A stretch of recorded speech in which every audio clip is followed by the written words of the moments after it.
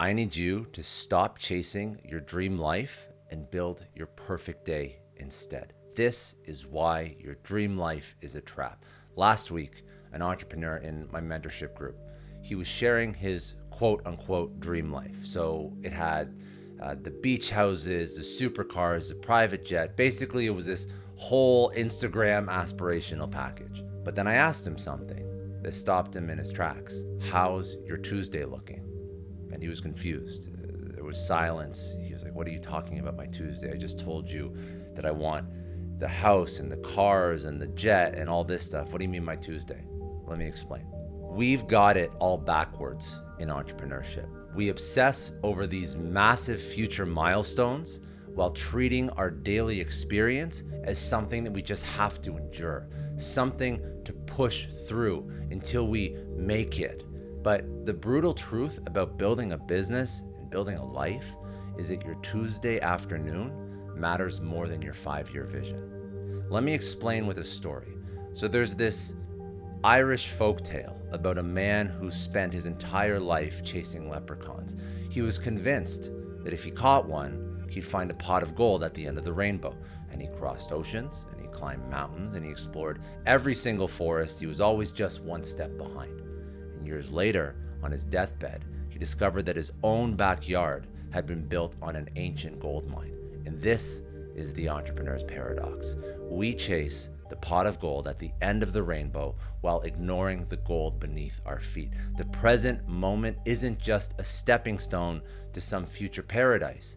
It's the foundation of everything we're going to build. Think about the entrepreneurs you admire the most, the ones actually building incredible things. They're not grinding through miserable days dreaming about some future paradise. It's not that they don't work hard, but they have engineered daily experiences that energize them, challenge them, light them up. The greatest lie in entrepreneurship is that you need to suffer now to enjoy life later. I've seen founders burn through years of their lives. Actually, one of my good friends, he burned through 3 years of his life, and it was a blessing that it was only 3 years. But he burned through 3 years of his life building an 8-figure business. It was a classic hustle story. He was working weekends, he was missing his kids' events, he was treating his health like an inconvenience. He finally hit his numbers, bought the dream house, and then he realized something. He had trained himself to hate every single day of his life. See, this vision board fantasy, it keeps us stuck because it creates this dangerous bargain. Trade your present life for a promised future.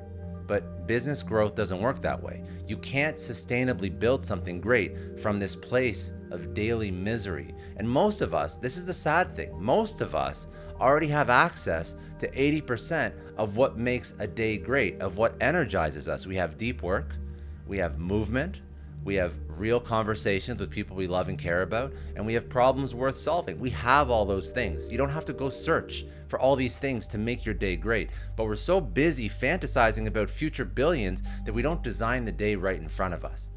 Now, let's talk about how life actually works, because your year isn't made up of highlight reel moments. It's built from ordinary Wednesdays, regular mornings, normal afternoons. And if you do the math, you're going to live about 250 workdays this year, and maybe max 10 to 15 quote unquote dream life days if you're lucky. Imagine you have 2 jars.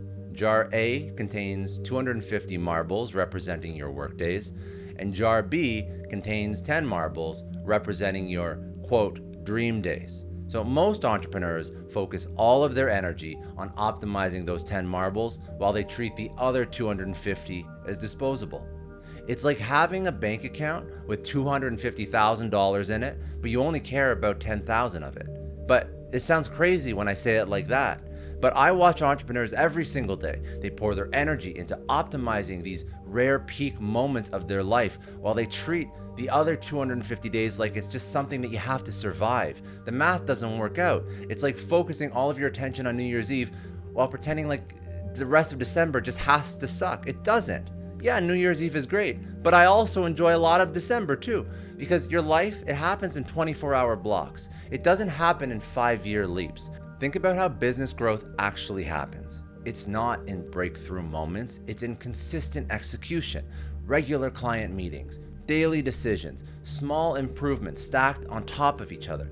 I've seen businesses implode because their founders built systems that they hated running. They built days that they hated living. They designed their days around some imagined future instead of what actually works for them right now. Now, this business plan, it looks great on paper, but when it's miserable to execute on a random Thursday, you don't want to do it. The entrepreneurs who win, they're not waiting to start living. They're building businesses that fit their natural rhythms. They understand a fundamental truth.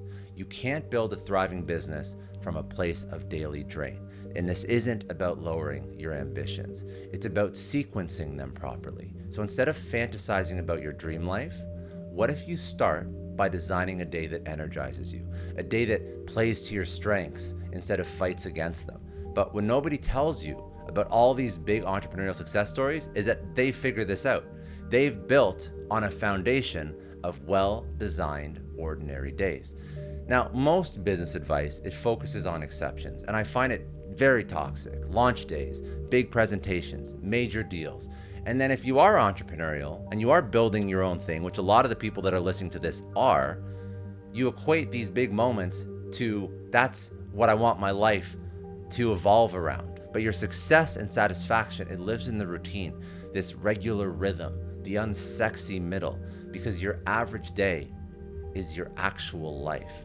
And when I personally shifted from chasing outcomes to designing experience, everything changed. I stopped seeing my daily schedule as an obstacle to my goals, and I started treating it as the foundation of everything I wanted to build. And here's what I learned. The best daily design starts with energy, not time.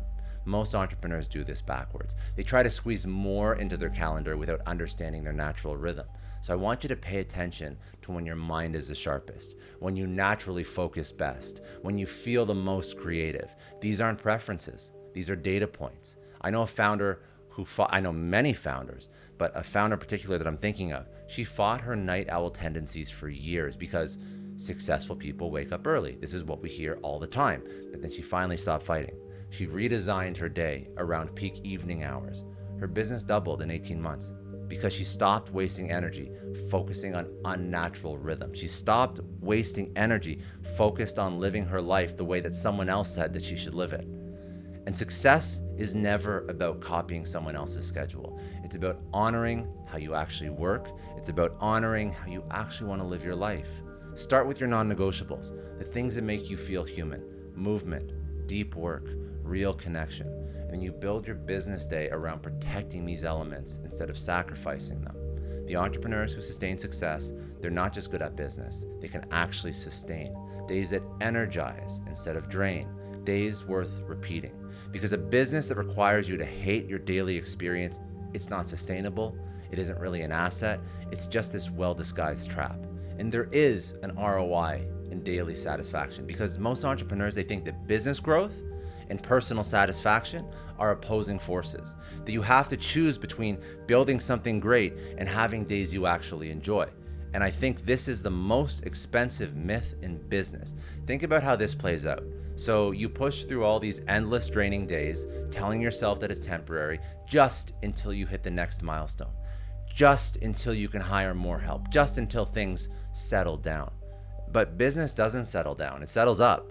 It keeps getting more complex. It keeps getting more stressful. What actually happens is that you're training yourself to operate from a place of constant stress and strain. And you build habits and systems around that strain. You make decisions from that strain. And your business becomes a reflection of that strained energy. Now, the contrarian, counterintuitive truth is that daily satisfaction is a business multiplier. When you're operating from a place of genuine energy and engagement, everything works better. Your decision-making improves because you're not running on fumes. Your team performs better because they're not absorbing your stressed energy. Your clients get better results because you're fully present with them. Because a business built on days that you love, it becomes an asset that compounds. And a business built on days that you hate becomes a liability that extracts. Now, let's get tactical about building days worth repeating. This isn't about dramatic overhauls, it's about intentional micro adjustments that compound over time. So start with an energy audit, not a time audit. Track when you naturally hit your stride each day, when you think most clearly, when you feel the most creative, when you need to recharge. These patterns are your building blocks. Most entrepreneurs discover they're fighting their natural rhythms without realizing it. They schedule critical work when their energy dips. They take important calls when they're mentally drained. Small misalignments like these create constant friction. So I want you to design your day around energy protection instead of time management. I rebuilt my entire schedule around 3 peak focus hours in the morning.